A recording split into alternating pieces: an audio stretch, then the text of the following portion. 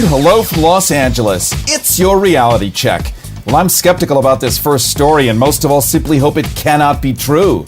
But an old force is now presumed by both CBS News and the Wall Street Journal to be seeking the White House bid for 2012. And it's none other than former Vice President Dick Cheney. The 71-year-old Dick, with 4 open-heart surgeries, a revved-up pacemaker, and a well-oiled shotgun, could be the next Gipper, surpassing even the grizzled Ronald Reagan, who soiled the Oval Office well into his wobbly 80s. But so grotesque is this nightmarish possibility that a company called Pro GOP Gear is selling what they're calling their Dick Cheney for President Infant Creeper. Quote, babies love creeping and crawling and sleeping and shitting.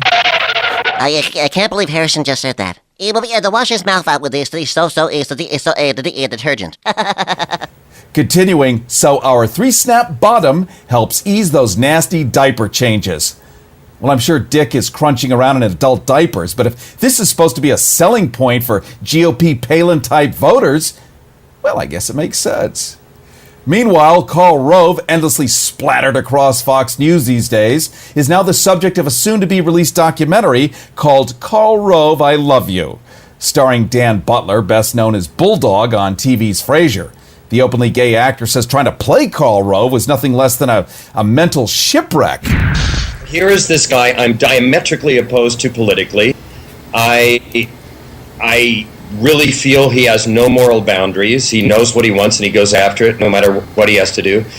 However, if I were at a party, there's no one I'd rather sit beside. Anyone ever told you that before? Oh, I wish I had those eyes. When they look, they see the future. When I look, all I see is you. Karl Rove, I love you. You know, I love you. I almost have to vomit. As a gay guy myself, finding Karl Rove hot only makes me want to go screaming back into the closet. And speaking of creepy, the Massachusetts government's website lists a new law passed by the state Senate calling for mandatory vaccinations of all citizens and a $1,000 a day of fine for those refusing to cooperate. Called the Pandemic Response Bill 2028. You're going to want to check this out yourself, as it's still awaiting the governor's signature. It also calls for involuntary transportation of people into quarantine camps. It legalizes healthcare interrogations of citizens, permits forced entry into homes without a warrant, the on-site destruction of buildings or objects suspected of harboring the virus, and get this, the government kidnapping of family pets. No kidding. Meanwhile, the normally cuckoo for Cocoa Puffs Glenn Beck-loving Fox News is reporting that 67% of the public is afraid of the vaccine itself, while most of the public remains, of course, afraid of Fox.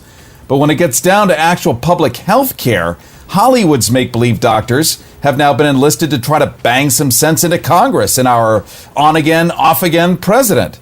MASH's Mike Farrell, returning from Capitol Hill, tells us he discovered health care is really insurance care, and that Congress is completely awash in pharmaceutical cash and prizes. The insurance industry and the money that it spends lobbying Congress, and that the members of Congress are so incredibly complacent in their attitudes about it as they reach deeply into the deep pockets. You know, I'm surprised we don't just take away all that single-payer universal health care from Congress, because clearly they're just not getting very good treatment, getting medevaced and massages and God knows what goes into it. You know, it just reminds me of Dick Cheney.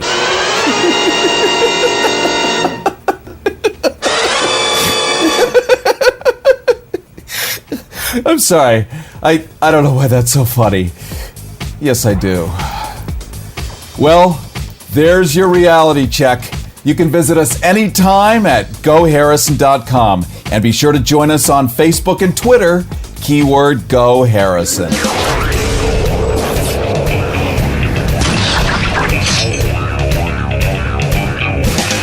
Visit or email Harrison on the web at GoHarrison.com.